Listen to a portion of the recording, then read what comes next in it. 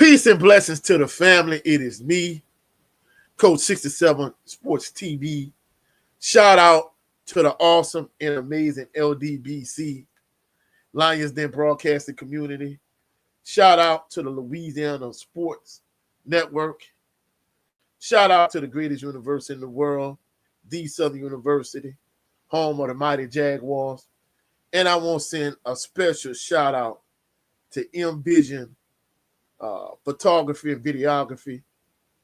If you are in Baton Rouge, you're in Prairieville, you're in Gonzales, Donaldsonville, Plaquemine, if you're in the surrounding areas, Patterson, and you need videography or photography, hit up Envision Photography and Videography on Facebook. If you need videography or photography for weddings, events, interviews, real estate, baby shower, music videos, commercials, parties, any of their like, hit up Envision Photography and Videography. Also, Marlon Harvey on Facebook. I have my brothers with me this morning. Of course, we do our wire analysis every Saturday morning. We appreciate everybody that's dropping in early in the building. First and foremost, my brother, the general of this phenomenal organization, 7A Sports TV. How you doing this blessed morning, bro? Doing good, bro. How y'all doing, man? Blessed and highly favored, bro. And What's my up? brother, leader of the Southern Baller Show Collective, my brother Jared 11 Green. How you doing this morning, bro? Man, I'm glad to be here, man. Glad to be here with y'all. Strong brothers, man. Yes, sir. Yes, sir. And of course, this is we doing our analysis on season 1, episode 8 of The Wire lessons. And unlikely source gives McNulty the tag of Stringer Bell's car. Hey. Who was doing in the chat? Zach.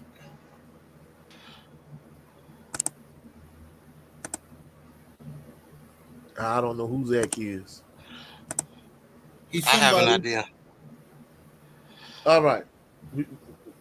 We not worried about that, bro.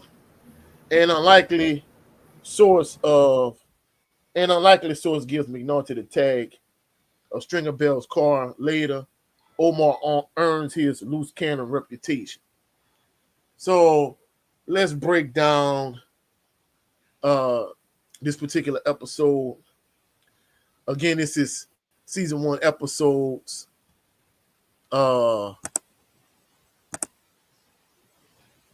Season 1 episode 8 lessons. The opening scene, McNulty is with his kids at a market, and they walking through like some type of market, a mall, or whatever the case may be.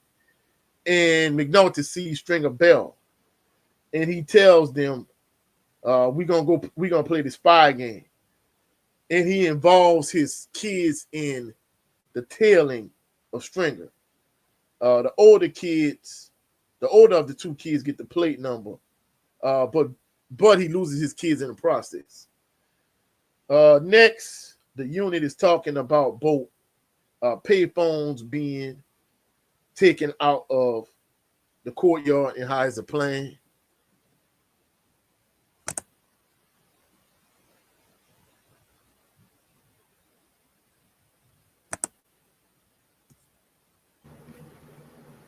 And so basically, what Lester Freeman is saying is that if it's one phone taken out, it's cool. But if it's two phones, it's not coincidental. And basically, he said Stringer and Avon are being careful, and they're being more cautious. After that, Weebay, Stinkum, and another guy, they're looking for Omar. They bust in a vacant apartment that Omar was staying in, and they go through his belongings, and they trying to find what they could find. They find a picture and figure out that he's definitely zesty, and Bird was right about him. Omar must have anticipated them finding him because he's staying in another vacant apartment. He sees them leaving his old vacant apartment, and as they're leaving, they blow his van up. Next, Bunk and McNulty are talking, and McNulty is telling Bunk how he had his kids playing front and follow at the northeast market to tell Stringer Bell. In the next scene, Wallace is sleeping in another vacant apartment. A kid is asking him a word problem out of his math workbook, and the kid can't get it right. Poot is telling Wallace he can't sleep all day and he needs to come and put in some work. Wallace isn't having it, and basically he asks Poot to hold $10 to the end of the week. Wallace rewords the word problem using a hopper scenario, and the kid gets the problem right. So Wallace asks the kid, he's like, "How you get it right? And you can't get the word problem in your math workbook right." And the kid is, I'm basically paraphrasing it, but he was like, "If you mess up the count, they beat you up." So that's crazy. Next, they are listen. The unit is listening to the wire, and they listening to Stringer Bell mentioning Lil Man. After that, Poot and D'Angelo are talking about Wallace in the courtyard. Weebay and crew pick up D, and D leaves Poot in charge for an hour while he goes with the crew. Little Man hands a trash bag full of cash to Donnell Rollins, which is Clay Davis' driver, and Greggs follows him. Bay and crew has a celebration lunch with Stinkum because now Stinkum is opening up new territory and he getting points on the package. In the next scene, they pull over Donnell Rollins. I don't know the name of his character, but we know him as Ashley Larry on the Chappelle Show. So he's pulled over, and they hook him and book him, and he has a trash bag with 20 bands and cash in it. McNulty gets a page, and McNulty and Daniels arrive. They can't arrest the driver, but they keep the cash and they let him go. After that, Orlando meets with Avon, and Avon is upset.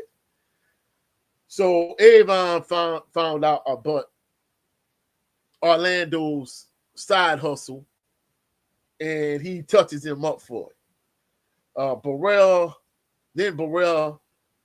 tells Daniels to give Donnell Rollins his money back and to let him go. And Daniels and McNulty, after the fact, they have another argument about the chain of command. In the next scene, they have a party at Lil Man's crib with the chicks from Orlando's. After that, Daniels is with his wife, and he talking about the case and talking about the whole situation with Clay Davis's driver and all the politics involved in the scenario. After that, they go back to the party, and evidently they send D'Angelo to go get some liquor. And by the time he gets back, the party over. Like all the chicks been sent home, and the crew just chilling. And D'Angelo was like, "Man, hey, y'all sent me to go get the liquor, and we get back, all the chicks going like, what's going on?" So basically, it told him like, "Hey, the party over, whoop de whoop de whoop." So there's a chick laying in bed, in one of the beds, and D'Angelo like, "Man, what's up with this chick?" And Weebay was like, basically like, "Hey, I smashed her. I did a good job, whoop de whoop." So D'Angelo goes over to the dancer, and he realizes that she's no longer breathing, and evidently she's overdosed on drugs. Next, McNulty and Greggs meet with Judge Fallon. Fallon calls Burrell and tells him to keep the wire up because based on what transpired with Clay Davis's driver, based on what happened with his driver, they ended up, Burrell ended up telling Daniels that, "Hey, you need to shut down this detail and shut down the wire, and you need to make all your arrests by Friday." And now Judge Fallon calls Burrell, and he was like, "Hey, I gave y'all 60 days. It's only been about 40. Y'all need to keep it up. If, you shut down the wire, then Monday I'm going to hold you in contempt of court." McNulty's sitting on a car that Stringer used at the beginning of the episode, and he's on the phone talking to Daniels, and he tells him he has to leave when he sees Stringer in a taxi. And basically, he told Daniels on the phone that look, hey, that's not me. That's Judge Fallon. That kept this going. Whoop de whoop de whoop. So next, Daniels calls Kima Greggs in, and he asked her, like, hey, did you and McNulty go get at Judge Fallon, or did he call y'all? And he was like, nah, this is a Judge Fallon call. And he was like, all right, well, notify everyone not to pack up everything. We're going to keep the wire going. After that, Carver is asking her questions about the upcoming police officer test. In the next scene, Stringer is being followed by McNulty. McNulty follows Stringer to his community college class. He didn't know that Stringer Bell was in community college. After that, in the next scene, Stringer fusses at some youngsters for not having copies made at the print shop, and that he can't, that basically they can't bring the corner boy nonsense into the copy shop. He wants this to be a legitimate business and not just a front or not just a cover for, for the drug dealing business. In the next scene, of course, the next scene is a classic scene amongst Wire fans. Weebay and Stinkum are sitting in a car and they plotting on Omar. They go over the strategy and then they get out the car. If Stinkum is walking up, Omar says, hey now, and he just drops Stinkum. Stinkum has been deleted from the chessboard. A gunfight ensues between Omar and Weebay, and Bay is hitting the leg. Bay is behind the car and he returns fire. A rat is running across the street behind Stinkum's deleted body, and Omar whistles the former in the Dale. Then he drops the famous line, lesson here, Bay. If you come at the king, you bet not miss.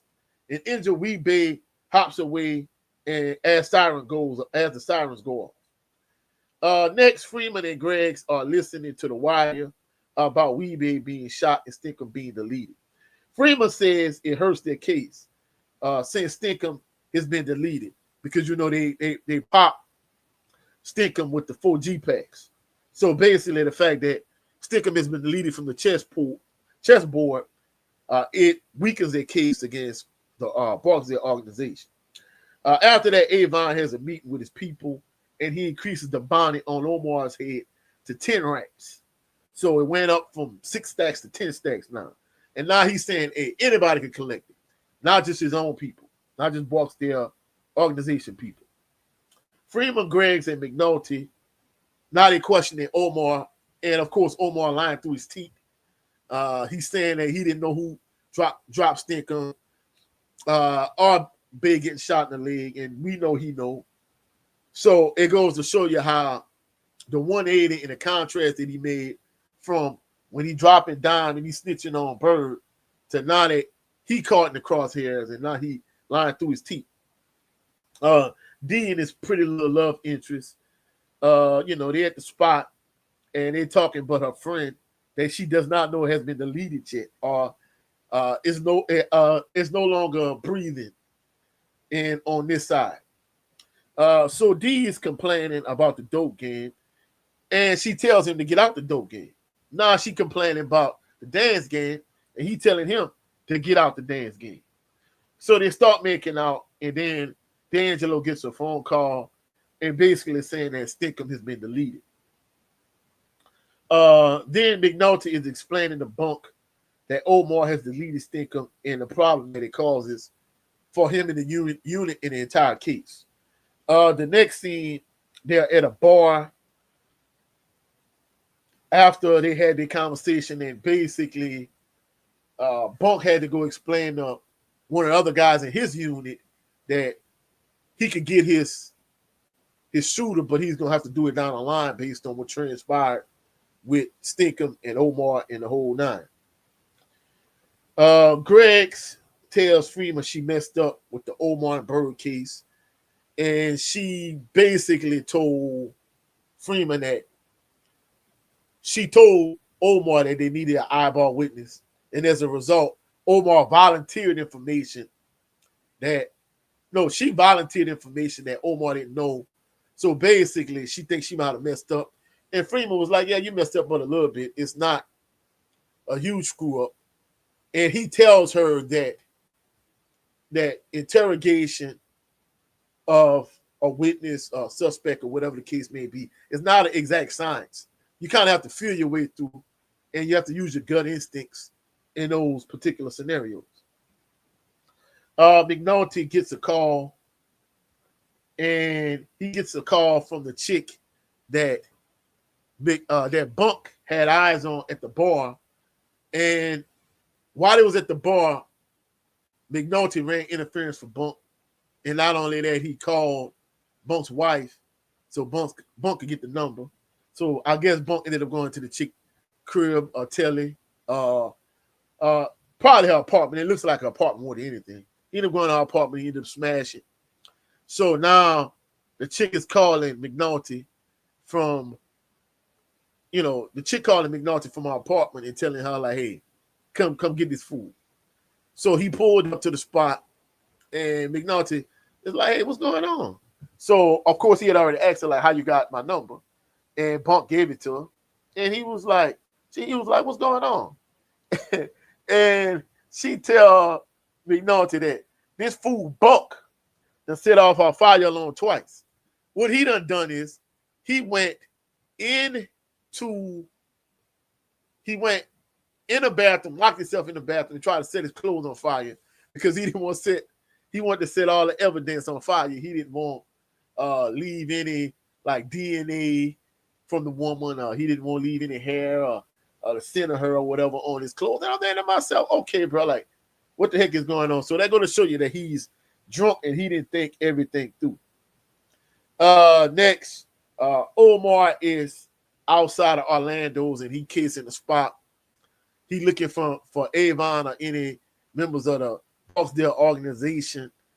And it's crazy at this point because now they looking for Omar, but Omar looking for them also. And lastly, McNulty takes drunk Bunk, no pun intended, to his house, and he let him sleep in his kids' bunk beds. And Bunk tells, of course, Bunk is drunk, and he tells McNulty that, hey, basically, everybody around you, you cause problems for the people around you. And, being around you is not good. Of course, Bunk is drunk, but we know the phrase when it comes to drunk people and how they tell no tales. So basically, I guess since he drunk and he laying in the bottom bunk McNulty's kid's bunk bed, so he just keeping it a buck. So that's the pretty much ending scene for this particular episode, S1E8 lessons. We'll turn it over to my brother Jared Lover Green. All right, thank you for that recap, like usual, Coach. So first question, how bad is it for McNulty to involve his kids in his investigation? I thought McNulty is an idiot, man. I mean, it don't surprise me because certain people move like that. Like certain people, they involve their kids in everything they do. I don't know what's the proper term to use. A lower class of people tend to involve their kids in all their crimes and all that type of nonsense that's above these kids' age group. And McNulty, to have his kids following around Stringer was extremely dangerous. This man, you already know he's a killer. You know he's a drug dealer.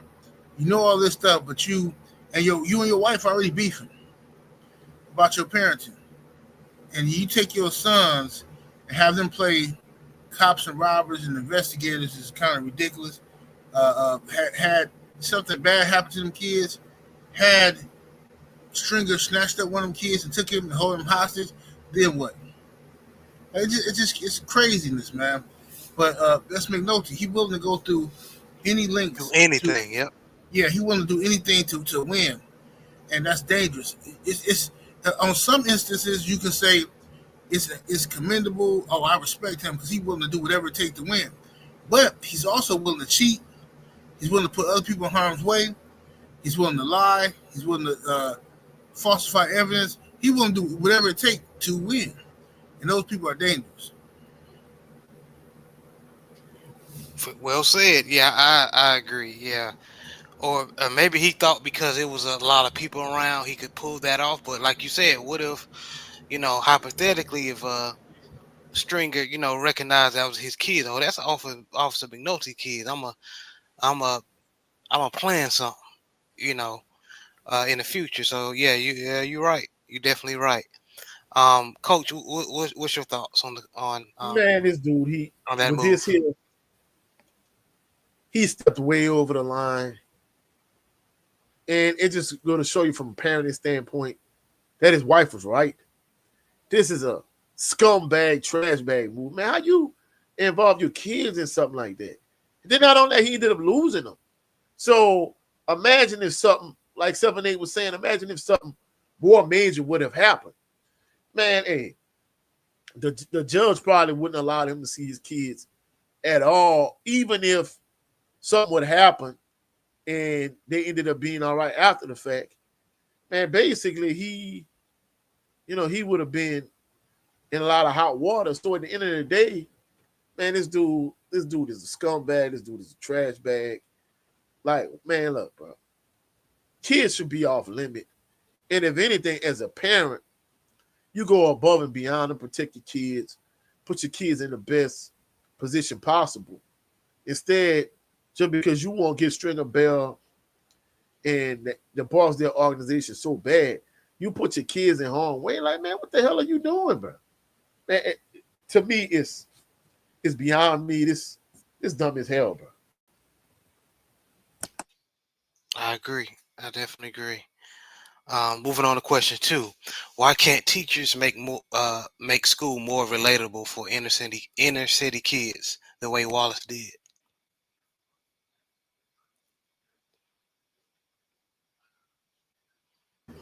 I think that Wallace, being first of all, Wallace, he take care of his younger sibling, and him being in the streets, he can relate.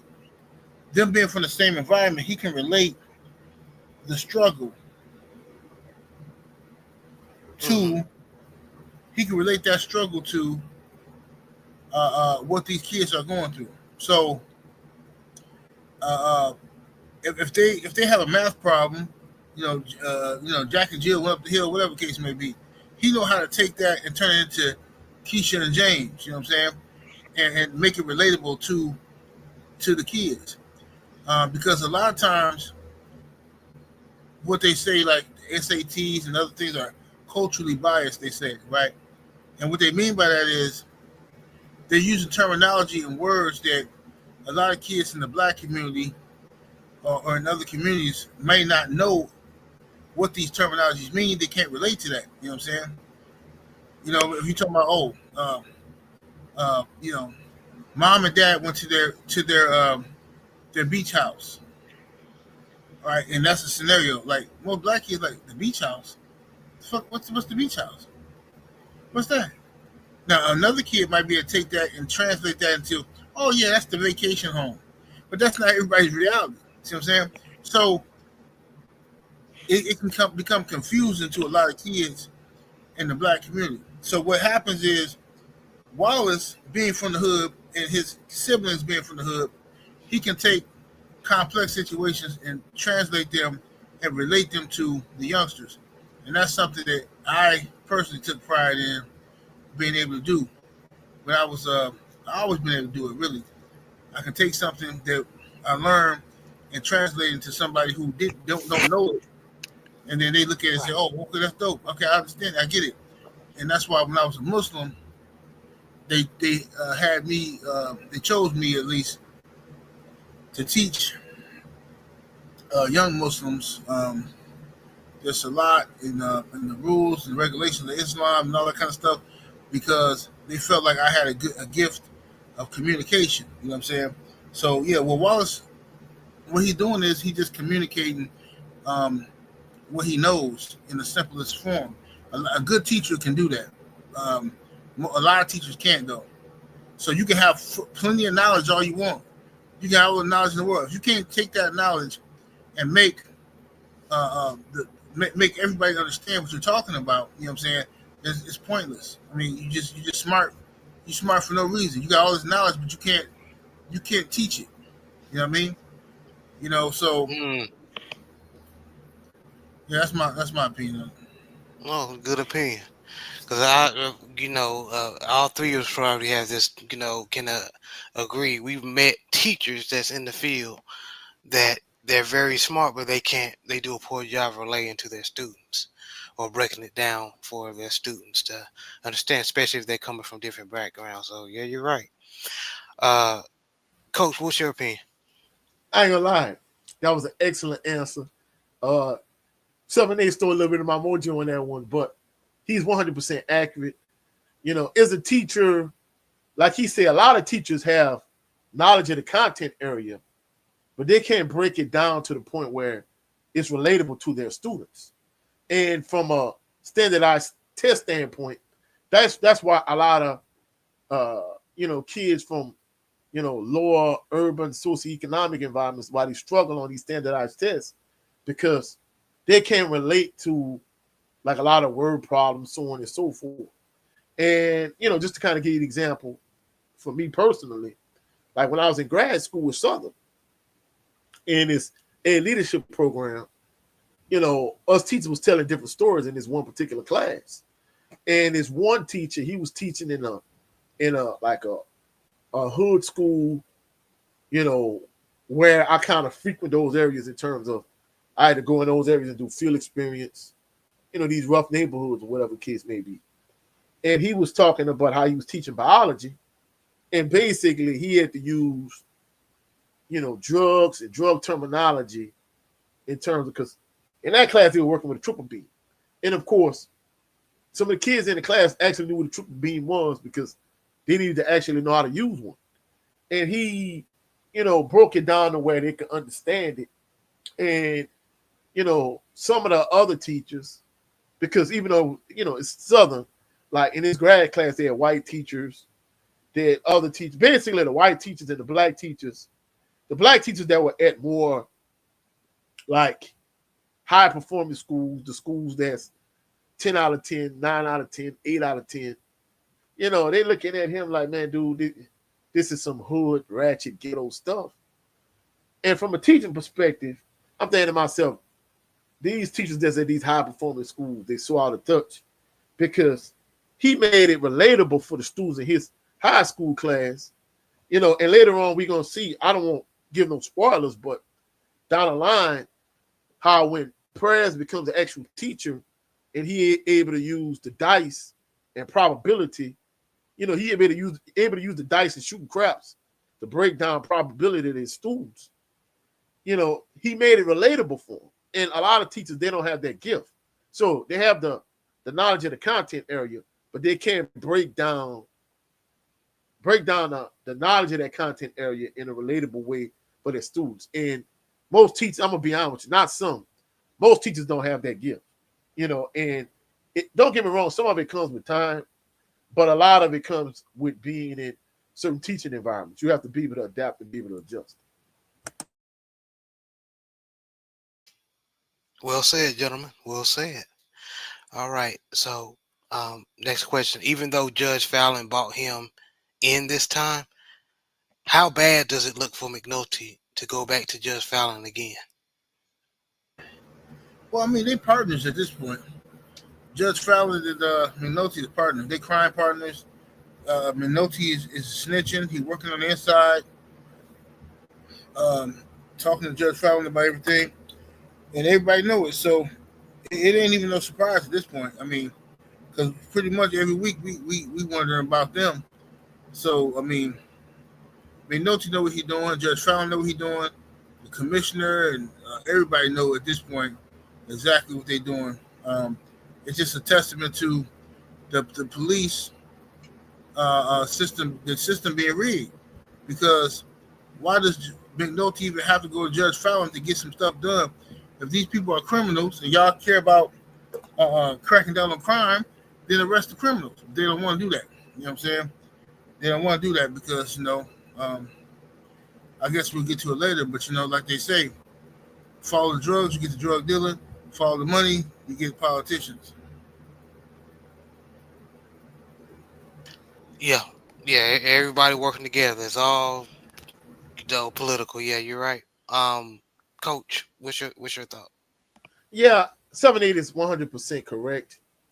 At this point, McNulty and Judge Fallon in bed together. But like 7-8 said, he shouldn't have to resort to that. But I think the fact that, he's still, being summoned by Judge Fallon, to me, it's a bad look. From a standpoint of somebody like Daniels and Burrell, like he using Judge Fallon to undermine them. But at the same token, like 7-8 said, he shouldn't have to resort to this to get, to get things done. It's just point set the bureaucracy in the police department, the amount of red tape that you have to go through, and the fact that you book Clay Davis's driver. I mean, he got 20 bands in cash in a trash bag. Now, let's just take it away from Donnell Rollins being Clay Davis's driver. If this is the average citizen on the street, if I got 20 bands in cash in my vehicle, if I can't justify and rationalize where I got these 20 racks from, and a cop pull me over and take it, I'm not getting that money back. But since you have a politician with a lot of clout from a political standpoint, since he's involved in this, basically he able to walk. And like 7-8 said,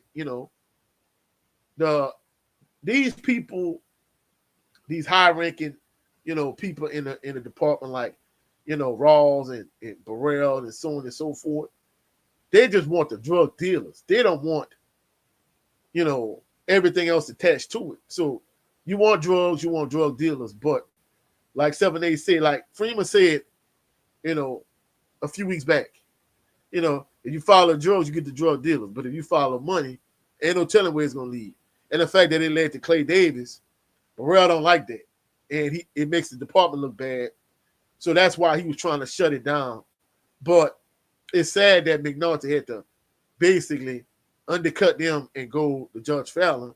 But it's what he needed to do to get things done. And he shouldn't have to resort to that. But the fact that he did, it does kind of make it look bad on his part from the fact that you constantly using Judge Fallon to undercut Burrell and Daniels and everybody else involved. Okay, all right. Next question. What are your thoughts on Stringer Bell taking classes at the local community college? I like it. I like it. This is one of my things I like most about Stringer Bell. He wasn't locked into one area. Stringer was trying to go. Stringer had good intentions. He went astray later on, but initially he had good intentions. He knew that the street life and shoot 'em up, bang bang, wasn't gonna last forever. Eventually, you're gonna go to prison. You're gonna get killed. He understood that, so he's trying to understand business. He's trying to understand. Okay, how do I know how to make money? How do I keep this money? How do I transfer this money and wash this money from illegal street stuff to clean money to where we can retire and we can be in Miami somewhere, you know what I'm saying, retired, and me and Avon got our families and watching our grandkids grow up.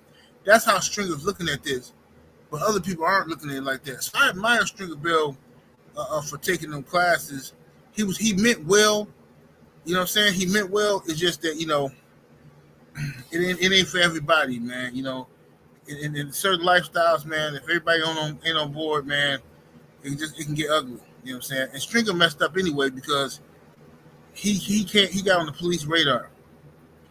When he went to that court date and started taunting and messing with McNulty, he messed up right then and there. I agree. He got too bold right there. Mm-hmm. He did a Nicky Barnes posing for magazines and yeah, you're right. Um, Coach, what was your thoughts? Yeah, I agree with 7-8. I think it's admirable. It kind of goes to show you that 7-8 on his Patreon. If y'all are not following 7-8's Patreon, go follow it. It's a lot of good game on it. 7-8 constantly talks about having like multiple levels and layers. Even if you a street cat, you got to be able to be in the business world and have a high degree of flexibility and versatility. And string a bell by taking class at the local community college. He was trying to add those layers and levels, and he was trying to go legitimate, and he was trying to get into the legitimate world. And I think that was admirable and commendable. That's one component and one facet of Stringer Bell that I like. That he was trying to have that versatility. He was trying to go legitimate, and he was trying to have like a Harry O type approach.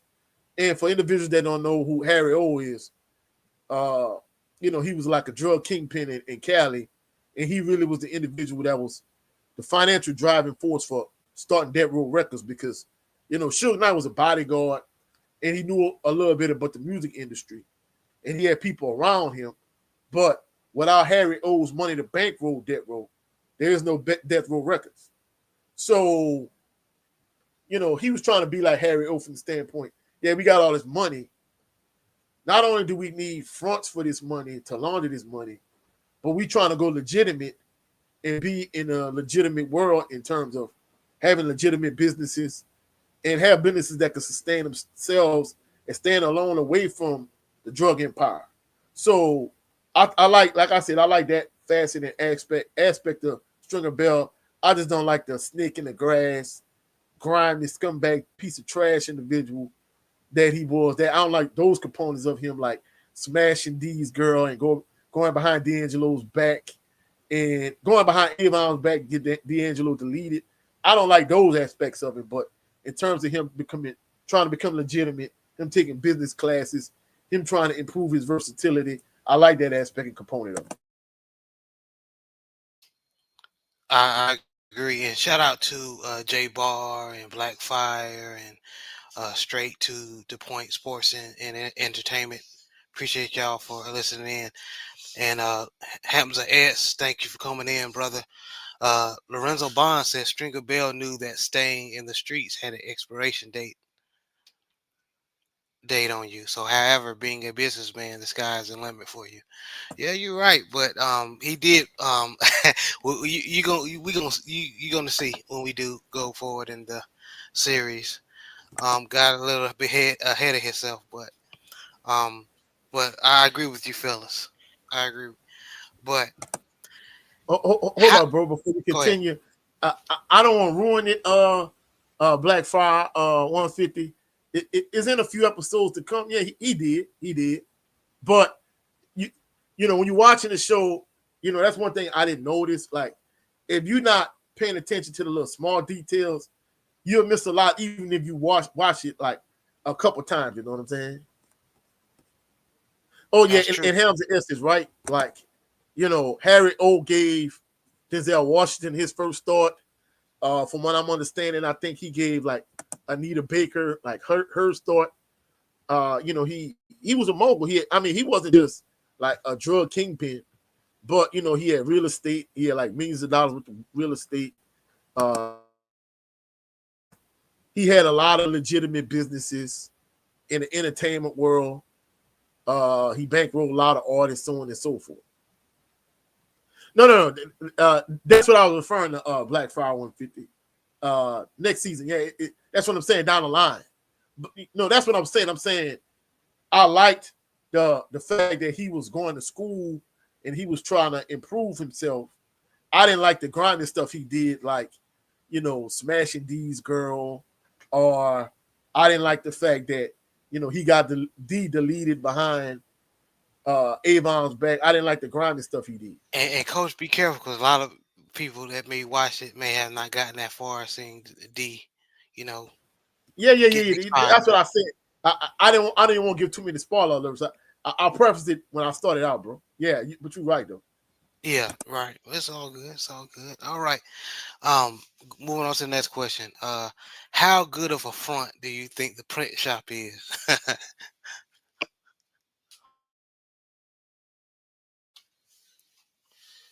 General, what you think? That's the general.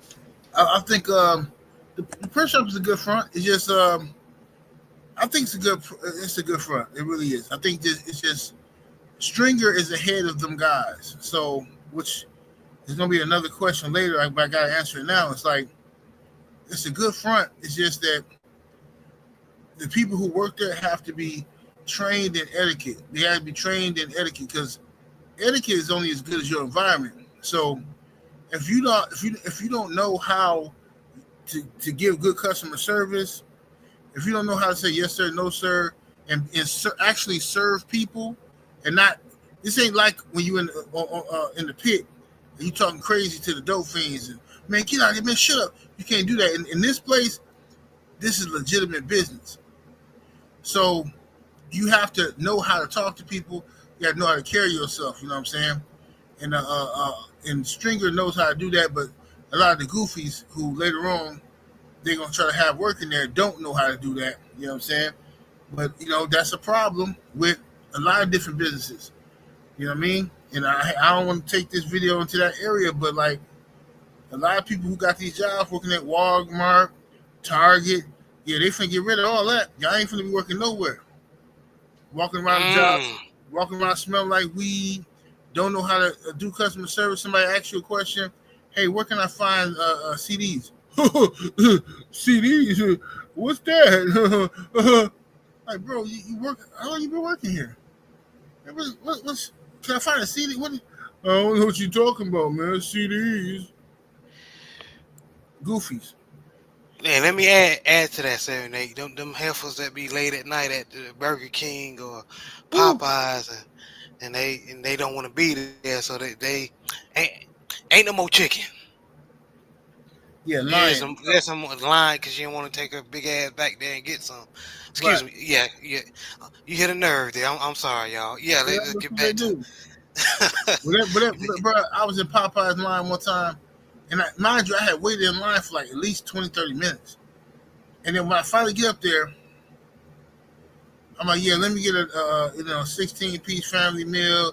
Well, what you want, original or spicy? Crispy or spicy, whatever they say. Then when I say I want spicy, we don't have spicy. Okay, so why ask me what do I want if you know you don't have spicy? So it's no options with that, right? Let me get a couple apple pies too. Oh, we don't have no apple pies. Okay, cool. What size you want? All right, let me get one mashed potato. Let me get some macaroni and cheese. We don't have macaroni and cheese. Okay, so listen, if you ain't got none of this stuff, tell me what y'all got. Stop asking me what do I want and then you ain't got it. Bro, I'm telling you, that's why I ain't even mad. I ain't even mad at this little DEI stuff. Look, they gonna learn. Get rid of them. Get them up out of here. Start over from scratch. Everybody start from scratch, and get some real people up in there again. All these dumb ninjas up out of there, straight up. It is what it is. It gotta happen. We trying to get some stuff taken care of. You got to deal with somebody rolling their eyes and they smart mouth. Yeah, you right, Mm-hmm. Coach. What you think? We went on a tangent, but um, what you think, Coach? No, I ain't gonna lie. It is an excellent front because you got to realize at the time that this carpet, this print shop is a thing. I was in college at Southern at that point, and I ain't gonna lie, bro.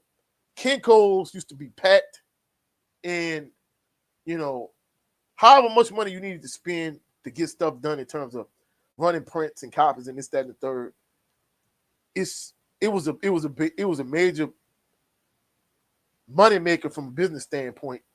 That's why Kinko's and print shops were so prevalent at that time.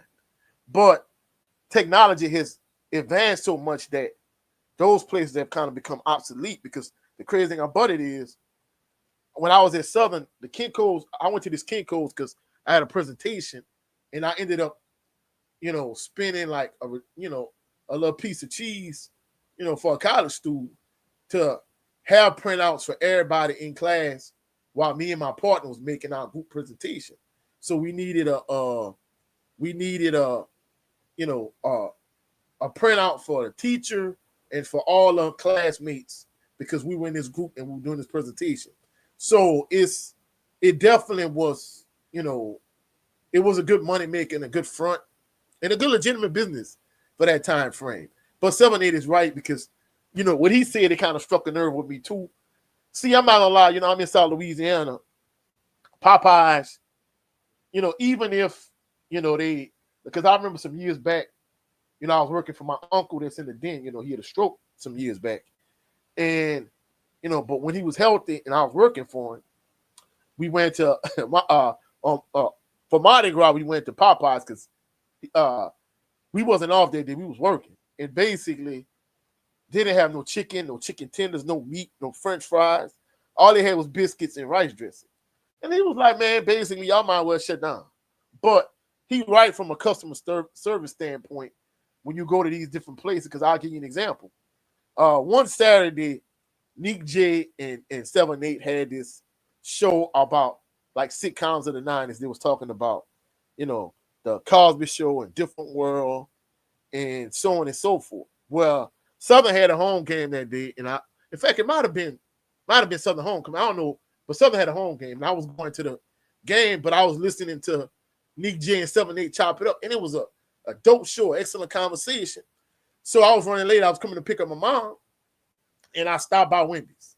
And I'm not gonna lie, the major culprit in this area, like in South Louisiana or just Louisiana in general, in terms of bad customer service, is either McDonald's in like a real ratchet hood area, but everywhere in general, Burger King is the worst. But this particular day, I said I'm not stopping by Burger King. I'm stopping by Wendy's, and Wendy's had one of these masculine butch chicks.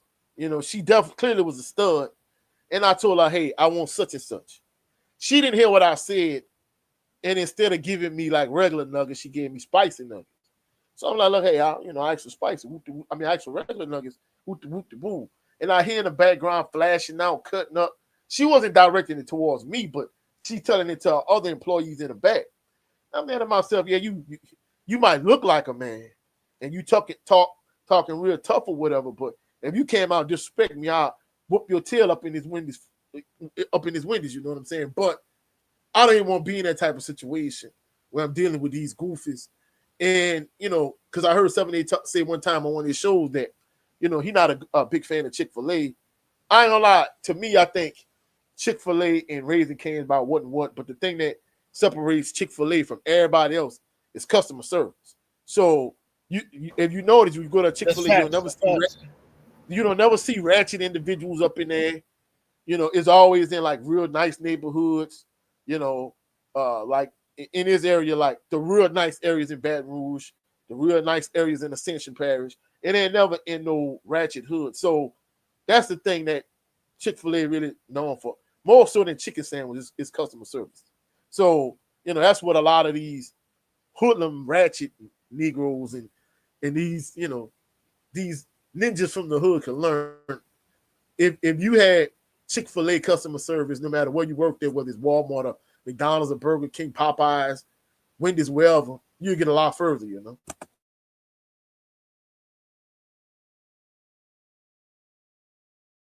That's facts. That's facts. Um, yeah, we can go on and on. But moving on to the next question. Uh, is it a good idea to take the corner boys and put them in the print shop? Nah, I asked that earlier. I think not. You know what I'm saying? Unless you're gonna train them properly, it can't just be a front for them. They got to know how to live in both worlds. They got to know how to be corner boys if you're gonna do that, and you got to know how to transition into this professional world, and you got to learn how to wear the mask. That's what I mean. Historically, black folks have always learned how to wear the mask. You have to learn how to wear the mask and smile and grin. If you don't know how to do that, you destined to fail. Period. I don't care who you is, how real you is. If you don't know how to smile when ain't nothing funny, if you don't know how to wear that mask and keep your mouth shut when you want to slap somebody, look at if Shannon Sharp would have jumped up and beat up Skip Bayless like everybody wanted him to, he wouldn't have Club Shay Shay. He wouldn't be nothing right now. He'd be somewhere locked up and everybody be laughing at him. I agree. I agree. You got a lot of people, and a lot of people don't like wearing the mask anymore. That's a lost art nowadays, especially in this new generation. Yeah, you're right. Um, but Coach, what you think? Yeah, I agree with 7-8. I think it definitely was a bad idea. See, I know what Stringer was trying to do. He was trying to broaden their horizons and teach them the other side of the business world. But if you run in a legitimate business, you got to treat it like a legitimate business. And like 7-8 was saying, clearly he didn't take the time to properly train them. So if that's the case, then you need to leave them corner boys on the corner. You need to treat the print shop like a legitimate business and bring in people that you can train properly and teach them the ropes and make it a legitimate business. Truthfully speaking, I think the print shop would have been better suited for somebody like D'Angelo because he clearly didn't have the game in him.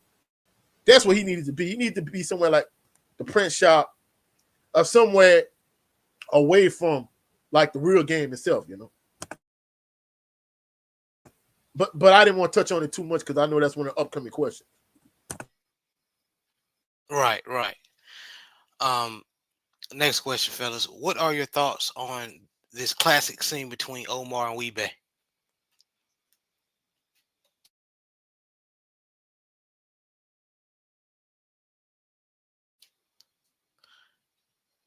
You on mute, General. My bad, my bad. Everybody call that a classic scene. I don't really understand the classic scene part, but everybody does do that. To me, it's just, I mean, they came looking for smoke and they got dealt with. Like, I don't get it. Why it was classic? Like, it ain't like he hit Well, Omar. well, Go I go don't ahead, think go they ahead. think it. I don't think they think it's a classic scene. I think the line and the fact that Oh, come for the king, Ben yeah, I when you miss. come from you better Okay, not miss okay, it. Not yeah, only that, yeah, but the fact that you got Stickum deleted body on the ground and you got the rat running across the road, like those two components of it make it yeah, like yeah, memorable. yeah. Yeah. I was always wondering that because I always heard people when they referenced that scene like that was one of their favorite scenes. I just didn't get it why it was like, but yeah, like Omar said, you come for the king, better best not miss. I mean, he was right. They underestimated Omar. Stinking and Weebay thought it was a game, and so did David. Not David, but um, Barksdale. He Avon, thought Avon Avon. thought it was a yeah. I'm sorry, I'm from Chicago, so when I hear Barksdale, I'm always automatically thinking about David. But anyway, uh, I'm from the Midwest, so that's how I go. But anyway, Right. the Avon Barksdale, he underestimated him as well, and he kept sending his soldiers out there. Yeah. Till they, I got 10 G's on him. Yo, I got this, I got that. Like he thinking it's a game, and he not really understanding. Like, bro, you underestimating this dude. Okay, you underestimating him. He got to get got. And I thought Stringer had a good idea later on, which is to lure him in with a peace treaty and stuff, and let it die down for a minute, and then get at him. But um, I didn't think too much of the scene. I just thought Omar proved he was smarter than them. He was bigger, badder, and smarter than them for the whole, pretty much the whole show. He was the whole show. He was smarter than the Barksdales. You know what I'm saying? Yeah, I agree. That scene, a lot of people like you brothers explained. A lot of people that are Wire fans love that scene, but there that scene don't even fall to my top five of favorite scenes in the Wire. You know what I mean? Just name two of them, like when Bunk uh checked Omar, and then when Avon checked Stringer Bell by playing away game. So yeah, you're right. But the scene was action packed, and the saying that Omar said is a lot of people love it. But coach, going over to you, what you think? Actually, I'm gonna disagree with the general on this one. I think it's a classic scene from the standpoint of when you talk to Wire fans. I think that's the thing that make it a memorable scene. Like I was saying, is uh first, you know, like General said, they think it's a game. They think Omar sweet. But the thing you don't understand is when you're going to get at somebody, if they're waiting for you, then they got the competitive advantage on you. So that gave Omar a competitive advantage from the standpoint of they coming to get at him, and he already waiting for him. It's almost if he know they're coming because he already been watching them, come after him. So, like the general said, he's constantly staying one step ahead of them. That's one. But I think the line is what makes the scene such a classic scene. You got Stinkum deleted our body on the ground. You got the rat running across the road. And, of course, you got Weebit trying to, fire back. Then he realized, like, hey, they got sirens. I don't hear Omar. Because realistically, one of the things I found ironic about this scene, you're like, listen here, babe, you come for the king. You better not miss. But I don't know if he would have been in a position to finish him. But to me, I think the major mistake is you should have finished him right there if you had the opportunity. I'm not saying Omar could have, but he should have tried to follow up on it. And, Weebit hopped off. That was it. But I think it's definitely a classic scene. More so than anything, a classic line. Like Hamza S said, hey, yo, here. Hey, babe, lesson here, Blake. If you come for the king, you better not miss. I think it's definitely a classic line. It's probably one of the most quoted lines from The Wire. Lesson here, babe. Come for the king, you better not miss it, dick. Yeah, yeah.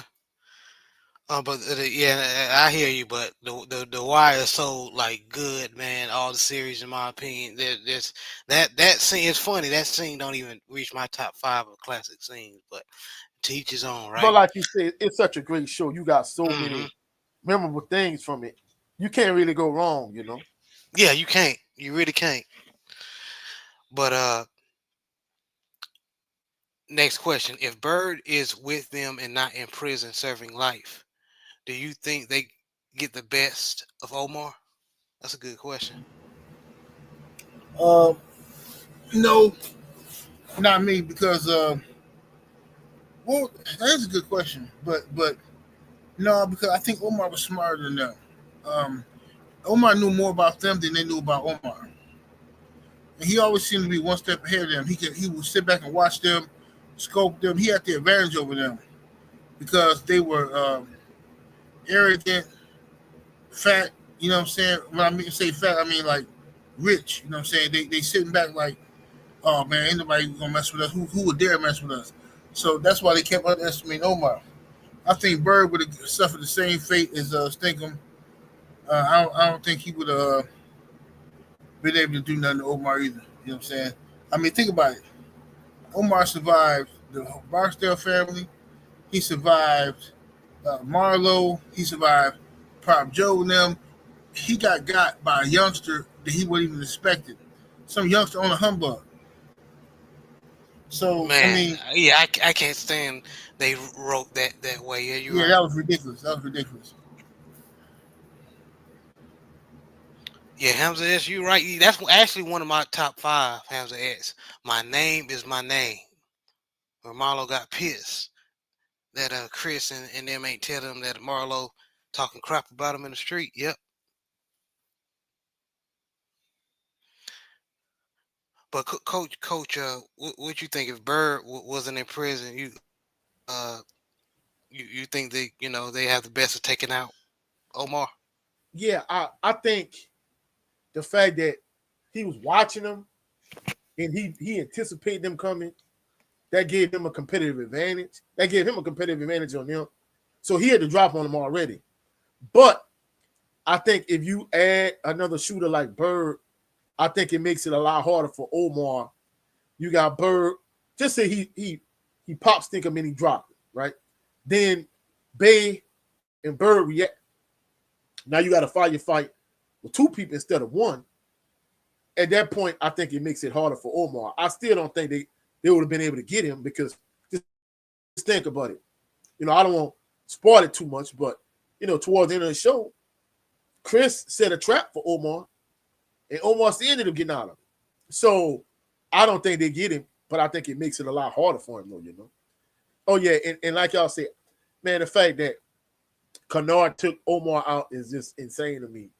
It's kind of like uh, Tariq ending Ghost in Power. It's like, come on, but like these are like two of the worst endings in like crime TV series history. If you want the big bad wolf to go out, he got to go out in the blaze of glory. He can't go out by a little pissants. You know what I'm saying? Yeah, I agree. I ain't like they wrote that in, and yeah, Omar didn't expect Kennard, but come on, right? If Omar, you gonna take Omar out in the scene, make him like something more exciting, or Marlo getting them somehow. I don't know, but Yeah, I mean that's my point, bro. I don't mean to cut you off. yeah, no, You you're right. want him You're to right. go Go out, ahead. you want him to go out in the blaze of glory. I mean, don't get me Right. wrong. The only reason why Kennard took him out was because he didn't anticipate it. But just think about it. The scene we talking about, you know, in this episode, you got between 6 to 10 bands on Omar's head. Hey, at this point, now when when you involve, you know, uh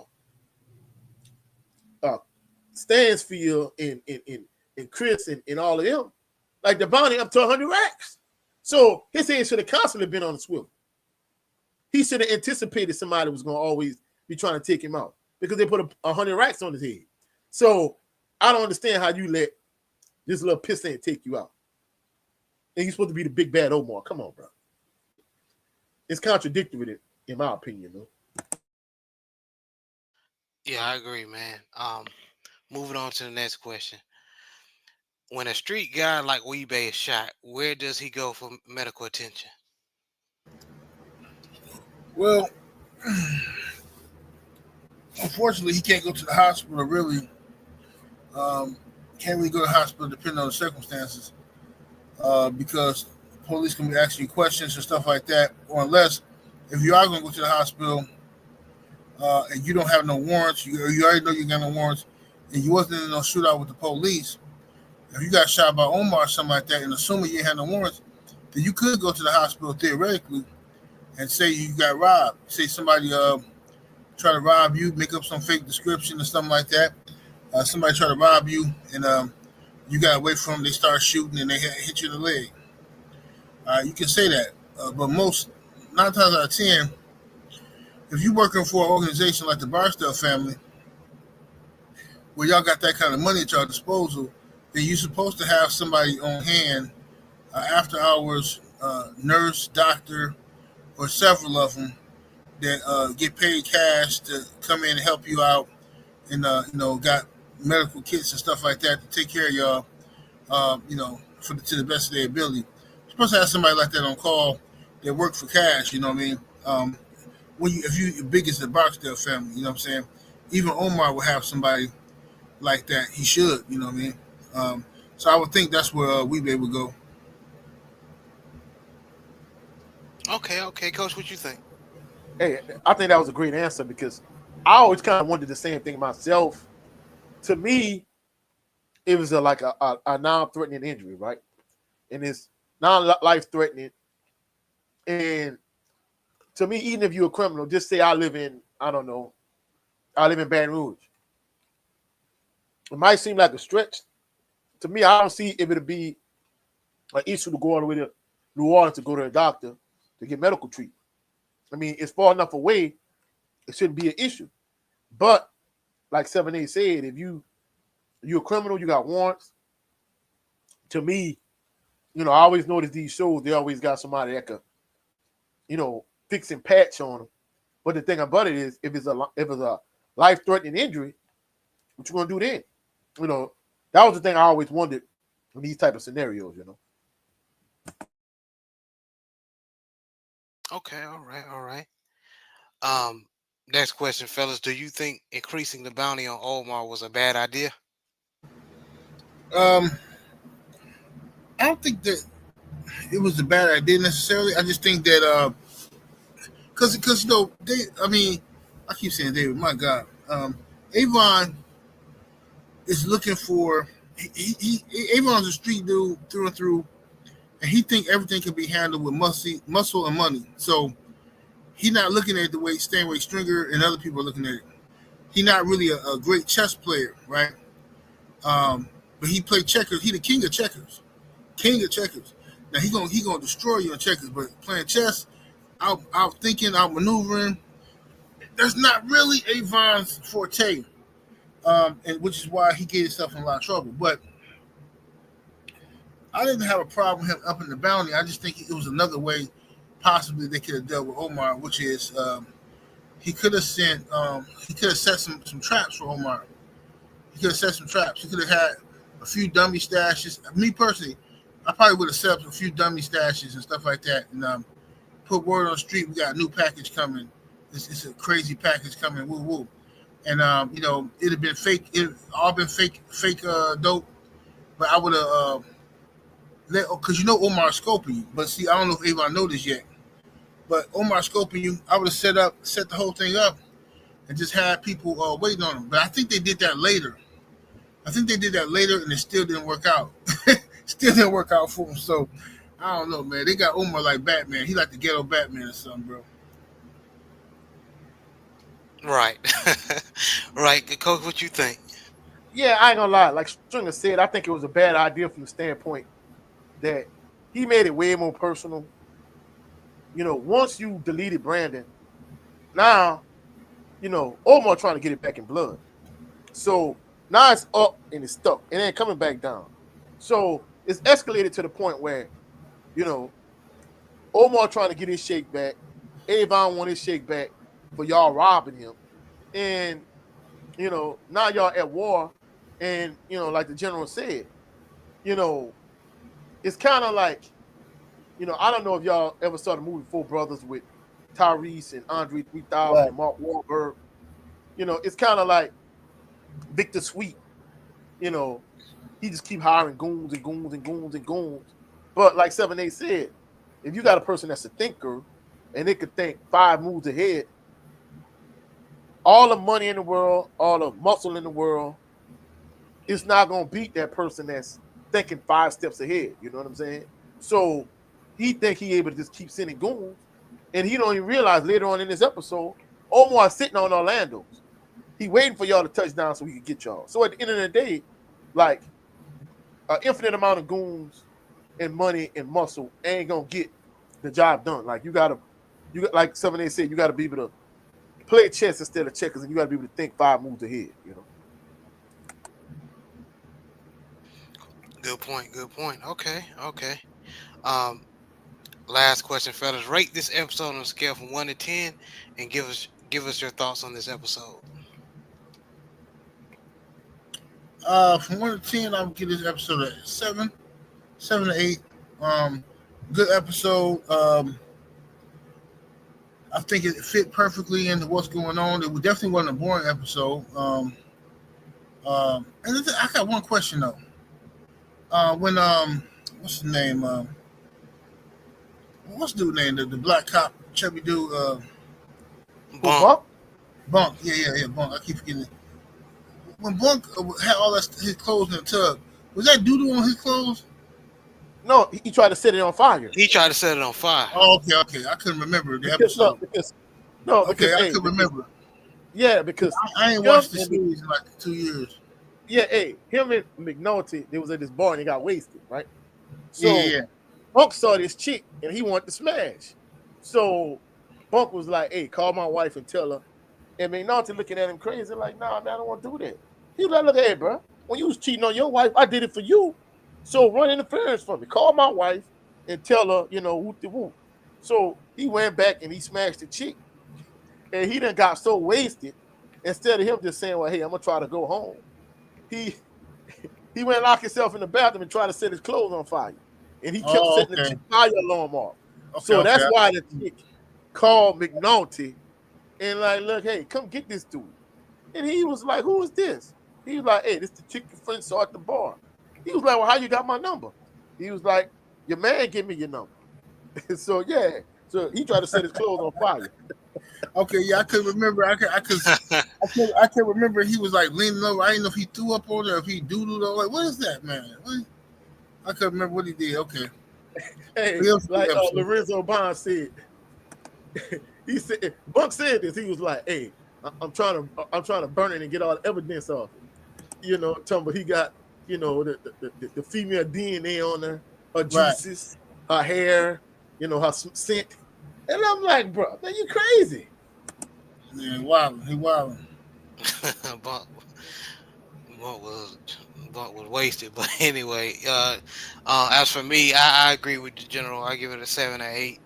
Um, and my favorite scene was basically, um, I can honestly say for this scene, yeah, it was the one Omar, you know, deleted Stinkum, and said the saying that everyone loves. So yeah, that's for me. Coach, what you think? Yeah, I ain't gonna lie. I'll give this episode a 8.5. And it was a good, well balanced, well rounded episode from the standpoint of, you get the chicks from Orlando's at Love Man Spot, to celebrate. Uh, you get the classic scene of the shootout between Weebay and Omar. Hey, babe, you come at the king, you bet now miss. You get that. You get McNulty doing what McNulty do, saying stupid stuff involving his kids in his investigation and telling Stringer Bell and so on and so forth. Uh, I think the thing, besides the shootout between Omar and and Weebay, I think the most memorable thing to me is the chick ODing. The thing I don't understand is like, bruh, first of all, y'all tooting that powder. I'm definitely not a fan of that whatsoever. And the chick, she get Hey, brother, overzealous. my bad, brother. I'm sorry. I gotta go check on my wife. I'm gonna holler at you in a minute. All right, man. Hey, be blessed, bro. Be blessed, brother. Thank you, brother. Peace, y'all. Appreciate But you. the chick get overzealous, and she start hitting it hard, and and we be like, man, this chick greedy, bro. How did he not realize? Because when he threw her on the bed, hey, she looked limp to me. So I'm not saying she had OD'd at that point and she was already not breathing, but that's the thing I just found crazy. Like, bro, how do you not know this chick is no longer breathing, no longer living? To me, that was the crazy part. You know what I'm saying? Yeah, it was, man. And but that's all for the questions. And so I'm gonna give it back to you, Coach, and you can start wrapping everything up. First and foremost, we appreciate everybody that came through and showed love. Uh, the brother, straight to the point, sports and entertainment. We appreciate you for coming through. Uh, Regular Black Fire 150. We appreciate you, fam. Jay Barr, our brother, salute. Lorenzo Bond, we appreciate you coming through, showing love. Our brother, LDBC brother, Hamza S. Salute to you, Hamza S. Uh, Procurations, and YOC Boogie. We appreciate everybody that came We through, appreciate it, man. And Dexter, showing love. we definitely will be. Me personally, I'm gonna try to watch it. We'll have to talk amongst the brothers, see if we want to do that one day, Dexter. Oh yeah, big time without question. Uh, but before we completely wrap it up, uh, we appreciate our brother, the general of this phenomenal organization, 7A Sports TV, coming through donating, his time on a good Saturday morning. We Yes, sir. appreciate the general. Y'all go follow the general on his Patreon, 7A Sports TV, his primary channel, 7A Sports TV, and his backup channel, the No 304 Show. He does a live stream once a week with the brother Blu-ray Fitness. Of course, he didn't do one this past week due to the Super Bowl, but go check out our brother 7A Sports TV. His primary channel, 7A Sports TV. His backup channel is the No 304 Show, and go check out his Patreon. He gives out a lot of good game. A lot of stuff we talk about on the show, he talks about on his Patreon. So go check out 7A Sports TV Patreon. Also, my brother Jared Loving Green telling people where they can meet you and see you. Yes. So every Sunday we try to have a show around 3:30 p.m. Central Standard Time. You can search for my show with my handle you see there, Jared O 11 Green or Jared O11 Green on YouTube. And we just it's called the Southern Baller Show. We just talk about sports, football, um, mainly football, but we're a sports show. We just a couple of brothers just chopping it up, man. So come check us out. Yeah, and of course, we appreciate everybody coming through. You can catch me at Coach 67 Sports TV on all social media platforms, uh, on TikTok, on X, which is formerly known as Twitter, on Instagram, so on and so forth. However, I'm primarily here on YouTube. Later on today, if time permits, I plan on having another edition of the Coaches Show. We appreciate everybody that came through and that's showing love. Again, salute to the awesome and amazing LDBC. Salute to Louisiana All American Sports Network. Salute to M Vision Photography and Videography. And definitely shout out to the greatest university in the world, the Southern University, home of the mighty Jaguars. We'll catch y'all on the rebound. Y'all have a blessed, phenomenal evening, blessed, phenomenal weekend. Peace and blessings. Y'all have a And good go Jags. And go Jags. Go Jags. one.